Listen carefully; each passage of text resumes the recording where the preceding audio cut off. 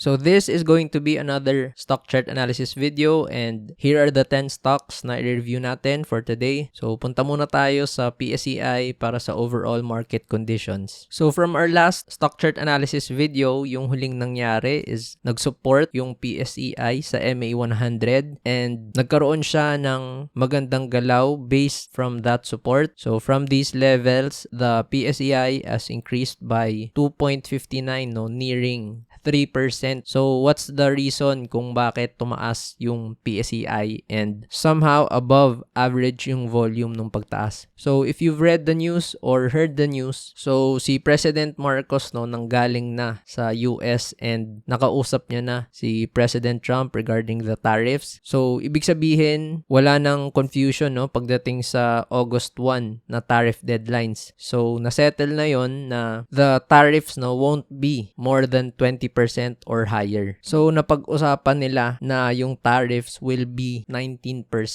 So ibig sabihin less than 1% compared sa akala ng marami na magiging tariff or pwedeng mas higher pa, Kasi sabi nga, 20% by August, tapos kapag hindi nagkaroon ng magandang negotiations, pwede pang tumaas ng 20%. So, even before the official announcement, sa August 1 siguro yon or first week of August, the market is already factoring that in, kaya somehow naging bullish at pataas yung move. Although hindi siya malaking improvement, kasi 1% nga lang yun, at least meron ng direction pagdating dun sa tariffs. So, sa ngayon, the PSEI is trying to move out sa previous range niya before. And if the bullish sentiment and yung positivity na to, magpatuloy, then we might expect the PSEI to test itong 6,591 na resistance this week or possibly next week. Pero syempre, meron pa tayong isang inaantay na event and mangyayari yun next week,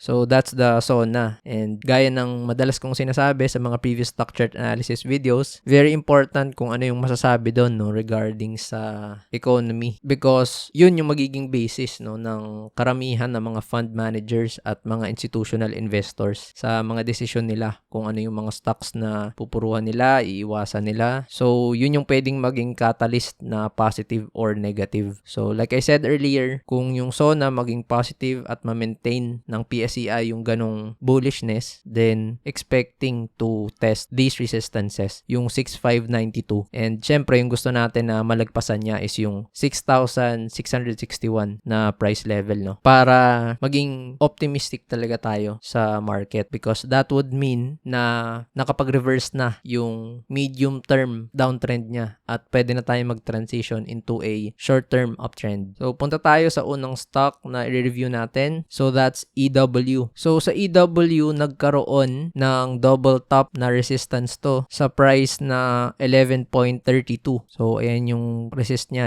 And then just today, earlier today, July 23, kaka-breakout pa lang niya. And let's see kung ano yung possible resistance niya, So lagay natin dito sa 11.84. So actually wala naman selling na nangyari masyado, Slight profit take lang to kasi yung high 11.84 tapos nag-close 11.80. So 2 ticks lang yan. Tingnan natin. Okay, so wala masyadong selling na nangyari, pero meron tayong resistance hit because around last week of December 2020, the high was 11.96. So ibig sabihin may resistance tayo dyan. And then after that, pwedeng ito kasi meron tayong previous support and naging din siyang resistance, Role reversal lang. So ibig sabihin, ito yung kailangan lagpasan ng EW, yung 11.96, para ma-continue niya yung uptrend. Kasi kung mag-act as resistance yan and mahina yung buying, kung hindi ganun kalakas, then pwedeng mangyari, mag-consolidate lang siya sa area na to, or if the selling is really strong, pwede pa siyang mag-pull back sa area na to. So ibig sabihin, as long as price stays between this level, then okay pa siya, kasi mag-act as support pa yung level na to. So alam niyo naman, yun yung magandang mangyari. Mag-consolidate muna siya dito before niya i-try i-test, yung next na resistance. Pero sa mga nakabili ng EW below 11.32, no? Congrats kasi from this level, around 6% na tapos maganda yung galaw ng stock. Or yung sa mga nakakuha sa breakout, up na ng 4%. So, pag nag-breakdown pa kasi to sa level na to, no? Then, the next possible support, pag hindi nag-support itong area na to, then most likely yung MA20. Kita naman natin, no? A few days before the breakout, MA20 talaga yung nagiging support. And after that, possibly the MA50. And of course, the MA100. So, the stock kasi is in an uptrend already. So, we can use the MAs now as your moving support, no? Pero, may previous range din sa EW. So, the price is around 10.90. So, halos same lang din sa MA50 and MA100. So, most likely itong dalawang MAs nga talaga yung mag-act as support sa stock na to. So, next, P-Gold. So, sa P-Gold, merong price rally ngayong July 23. So, tingnan natin kung ano yung resistance na nabutas. So, dito kasi sa P-Gold, meron tayong double top sa level na to. So, 36.50-ish na price. And meron din tayong double top sa area na to. So, that's around 37.80-ish. So, balikan natin yung kanina. So, ayun, double breakout yung nangyari. So, 36.58 yung pumipigil sa P-Gold since last week of June and halos buong July talaga, no? So, ngayon lang siya nagkaroon ng breakout. And pag breakout niya sa previous resistance na to, so, nag-create kasi siya ng range and nag-breakout pa siya sa isa pa niyang resistance, no? Sa 37.8.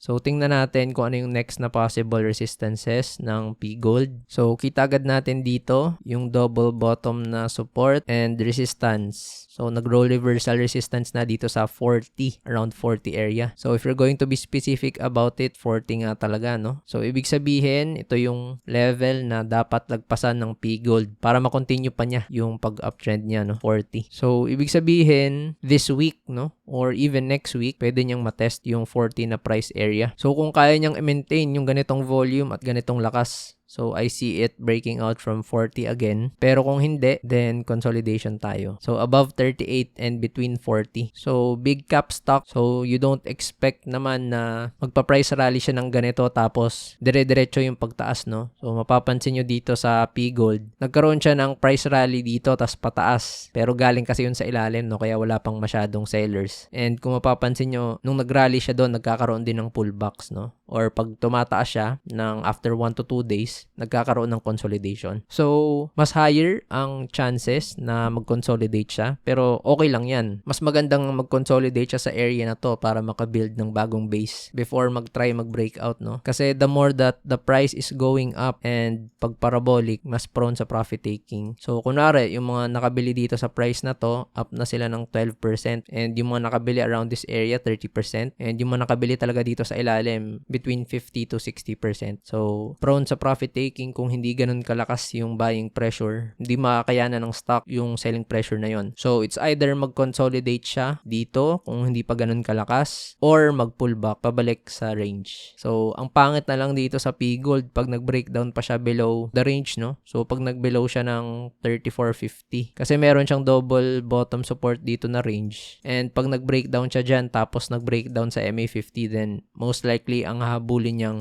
support yung MA100. So, medyo malayo na yon. So, dapat mag-consolidate lang siya dito or mag-pullback siya tapos sobrang lakas ng support para masunod pa rin yung trend niya. Dapat hindi na siya mag-breakdown sa 34.50. So, next up, Wilcon. So, sa Wilcon, recently nag-breakout sa kanyang range. So, that's a confirmed breakout with nice volume. Pero, currently, meron tayong resistance na tinatamaan. So, the high of this resistance is 9.87. So, double top resistance tayo, no? So, merong resistance na tatamaan. Pero, ang maganda dun, no, walang selling na nangyari. So, 9.87 and pwedeng maging psych resistance yung 10. So, ito yung range niya. So, make or break for Wilcon this week or the coming week because if price goes above 10 and hindi na siya bumalik sa ilalim nun, no? Kung dito siya ulit mag-create ng bagong base, masasabi natin na confirmed na talaga yung reversal ng stock. Kasi since June pa to uptrend eh. So this is June and and nalagpasan niya yung MA20 and MA50 tas pataas, and as you can see most of the candles are already above your MA20 and MA50. Pero yung Wilcon na MA100 is pababa pa rin yung move niya, no? So kapag nakalagpas to ng 10 and nag-consolidate pa siya dito and hindi na bumaba, most likely the MA100 will also move higher, so indicating na uptrend na siya sa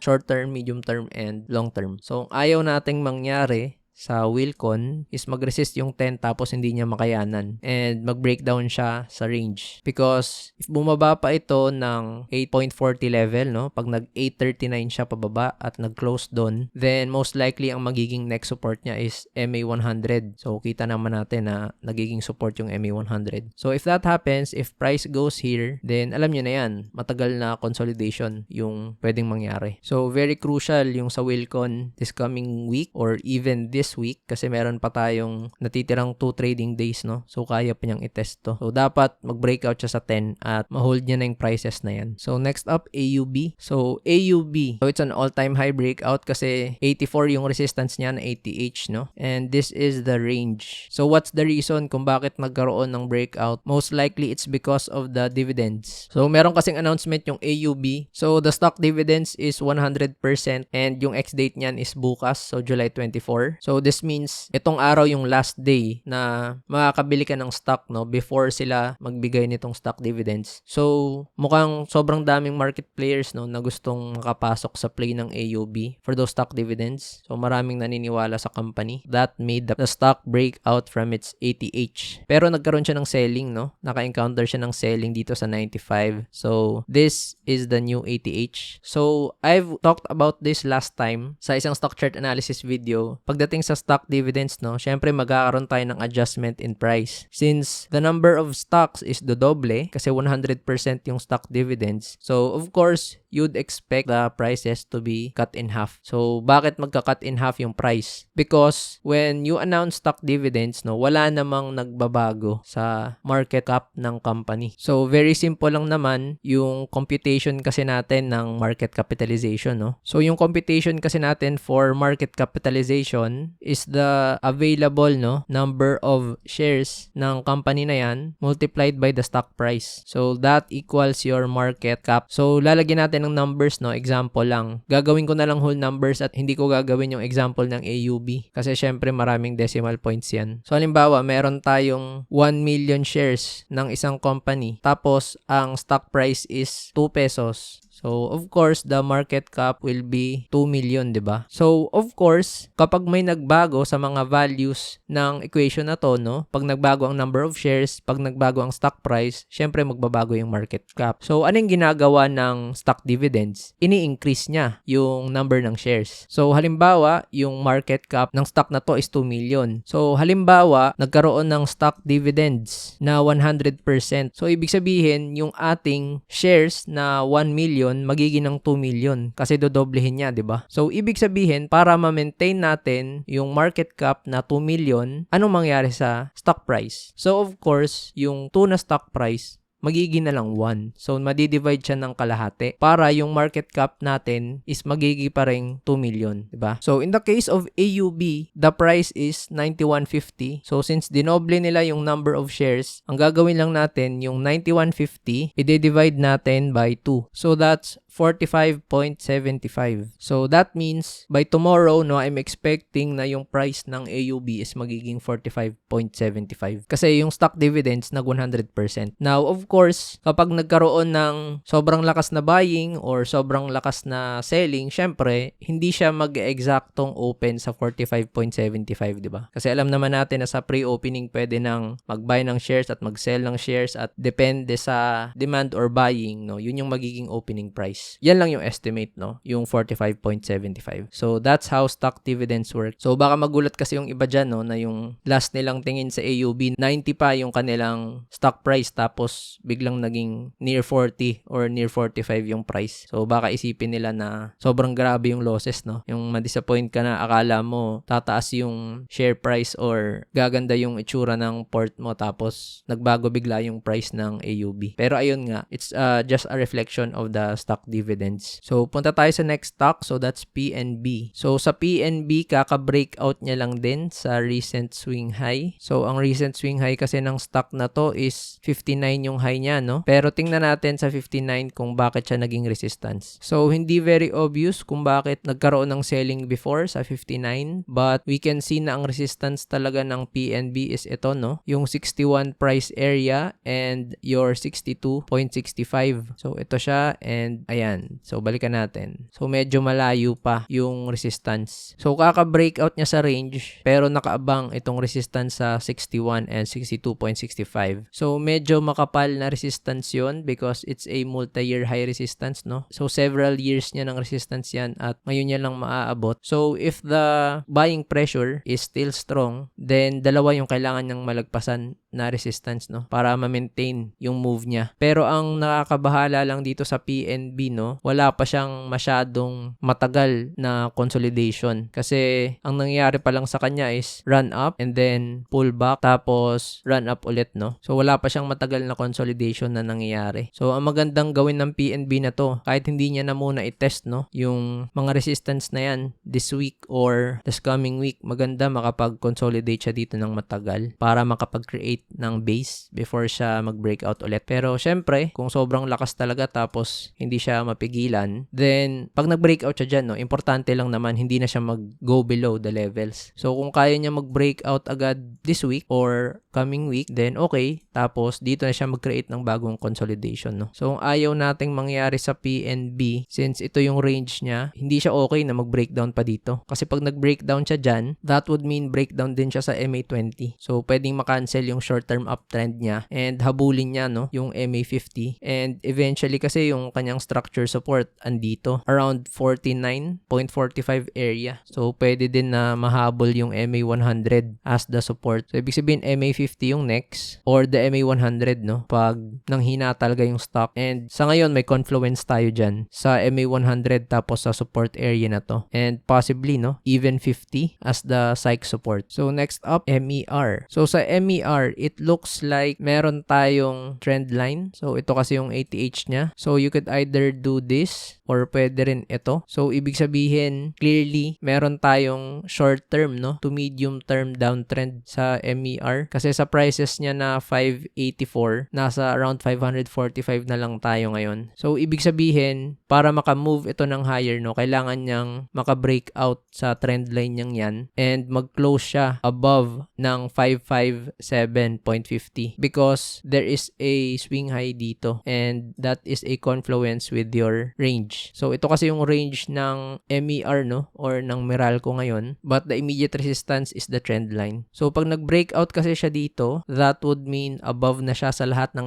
MAs and nag-breakout siya sa trend line and dito sa range niya, no. So maganda na makapunta yung MER above 560. So pag nag-breakout siya dyan, then pwedeng dito na siya mag-create ng consolidation, no, before niya i-try i-test ulit yung ATH niya. So ito kasi yung ATH ng stock na to eh. So 584. Pero pag hindi niya nagawa yan, pag hindi siya nakapag-breakout sa trend line niya or even sa range, then most likely, no, ito yung pwede niyang galawan na price. So hindi maganda para sa stock na to na mag-breakdown pa siya sa range. So pag nag-breakdown siya sa 517 kasi yung next support niya ito na eh, yung high ng previous range niya, no. So ito kasi yung range niyan before. So ibig sabihin, pwedeng mag-extend yung range na to kasi pag nag-drop siya dyan, ito na yung next support niya eh. And definitely, pangit pag nag-below 500 pa siya kasi papasok ulit siya sa range na to and it's a possibility na matagal na consolidation pa yon. So next up, MWC. So sa MWC, nag-try siyang mag-breakout sa range niya sa 39.60. So ito kasi yung 52-week high niya, no. So nag-breakout siya nung June 30 kaso hindi na confirm yung breakout na yon and bumaba yung stock. So pwede nating masabi na ang range na ngayon ng MWC is ito. So this price. Pero mukhang short-term consolidation ang nangyayari at hindi niya malagpasan yung MA20. So magandang gawin ng MWC, mag-close na siya above dito, no, sa MA20 and possibly create a new range range here. Tapos saka niya i-test yung resistance dito, no, para mag-breakout sa 40. So pag nag-breakout siya dyan, no, if ever sa resistance na 40, tingnan natin kung ano yung possible resistance niya dito. So ito na yung pinaka-obvious niya na resistance, which is around 41.40 pala, no. So kaya pala nagre-resist near 40 because meron tayong previous range dito, no. So around 39.50 may double bottom support. So pag hindi nagawa ng MWC itong move na to, then most likely consolidate lang siya dito or i-revisit niya ulit yung bottom ng range kasi nakaabang na doon yung MA50 na support. So syempre hindi na dapat to mag-breakdown pa sa bottom ng range tapos sa MA50 kasi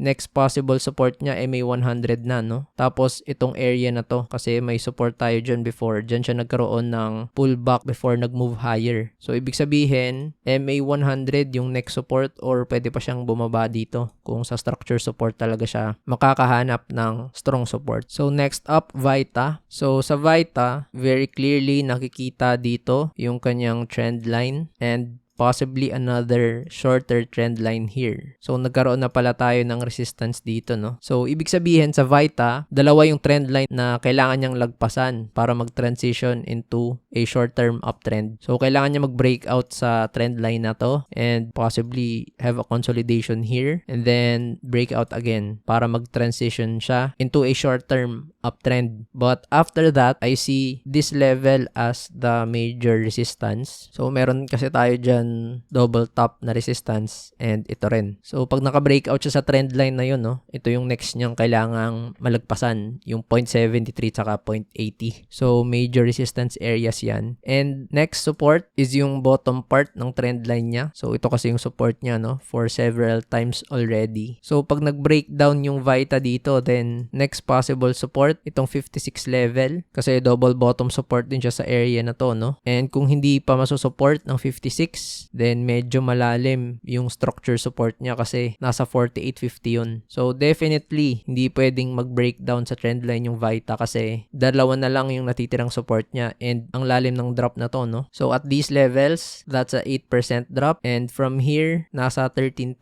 drop. So ang magandang gawin ito, mag-consolidate na lang siya na mag-consolidate, no, at hindi na bumaba sa trend line and mag-breakout siya sa upper part ng trend line niya muna. So ito kasi yung maliit na trend line niya. So ang maganda talaga dito siya mag-breakout para magkaroon siya ng demand, no, at buying pressure in order to have a higher consolidation na labas na siya doon sa trend lines niya. Tapos before niya i-try i-test yung 73 na resistance. Pero sa ngayon nanghina yung volume ng stock. So nakikita nyo since April, no, downtrending yung volume. So paunti ng paunti yung interested na market player sa stock na to. So I guess vital, no, sa Vita na mag-breakout dito sa trend line kasi ayun nga yung makakainganyo sa ibang market players na pumasok sa stock na to. So next up, MAC. So sa Macro Asia, akala ko magbe-breakout na to at magre-reverse na pero napigilan pa rin talaga ng resistance. So may resistance kasi to sa 4.48. So meron na tayong double top resistance. So ngayon sa MAC, ito yung buong range niya. So I see this consolidating. So nag-breakout na kasi siya sa MA100, no, and ang ganda ng volume pero ang lakas talaga ng resistance na pigilan ng price. So simple lang, kailangan niya mag-breakout sa 4.48 soon. Tapos magko-consolidate siya dito para somehow, no, maging bullish yung karamihan ng market players para pasukin yung stock na to. So hindi maganda na nagdi-decrease yung volume niya since May. So that means balik na naman sa accumulation. So balik tayo dito sa buong range niya ulit. So ito na yung pwedeng galawan ng MAC, no. So anywhere between this area because ayan talaga yung previous range niya. So hanggat hindi nakakalagpas ng 4.48, 4.49, 4.50 area, I'm expecting this stock to just consolidate and worst case scenario, no, bumaba ulit siya sa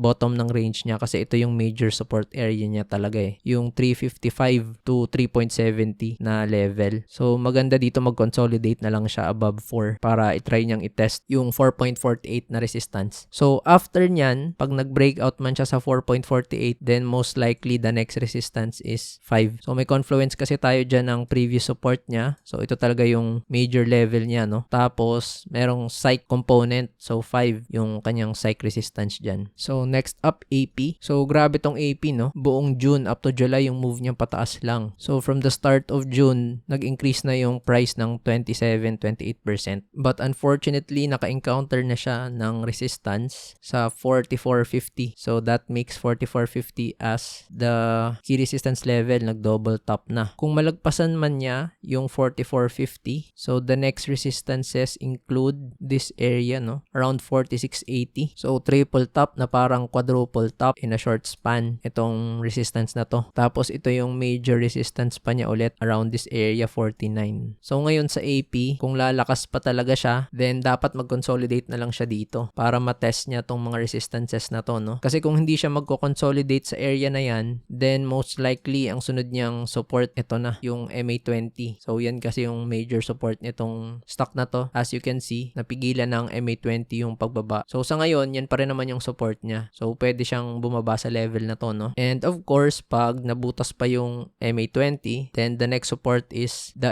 MA50 and MA100 pag nakahabol yung price doon. And may confluence tayo niyan because ito yung range niya before. So, nagkaroon tayo ng double bottom na support. So, this means 38.70-ish, no? Hanggang MA50 to MA100 yung possible support area ng AP kapag nabutas yung MA20. So, ang magandang gawin talaga nito, mag-consolidate lang siya sa area na to para makahabol yung MA20 dito, no? And eventually, mag-act as support yung bottom ng range na to, tapos yung MA20 before niya i-try i-test na mag-breakout ulit. Kasi baka mahirapan siya na magkaroon ng confirmed breakout sa price na to ngayon, no? Parang prone sa profit taking kasi yung mga nakakuha nung May up na ng 24%, and even the market players who bought around this area, yung first week to second week ng July up na ng more than 10% eh. So, kahit maganda yung takbo ng market, hindi nakaligtas sa profit taking. So, ang maganda, mag-create talaga siya ng range dito para may mga bagong market players, no, na sumalo na mga benta nitong mga nakakuha sa ilalim para masustain yung move niya. So, that ends the stock chart analysis video for today. So, again, kung merong mga stocks na hindi nasama sa video na to, you can just comment down below and review natin yan sa next stock chart analysis video. I'll paste previous videos sa screen. So, in case andun yung mga stocks na gusto nyo sanang mapag-usapan, and can also serve as a reference sa mga stocks na na-review natin for today. So, ayun lang, and thank you for watching this video.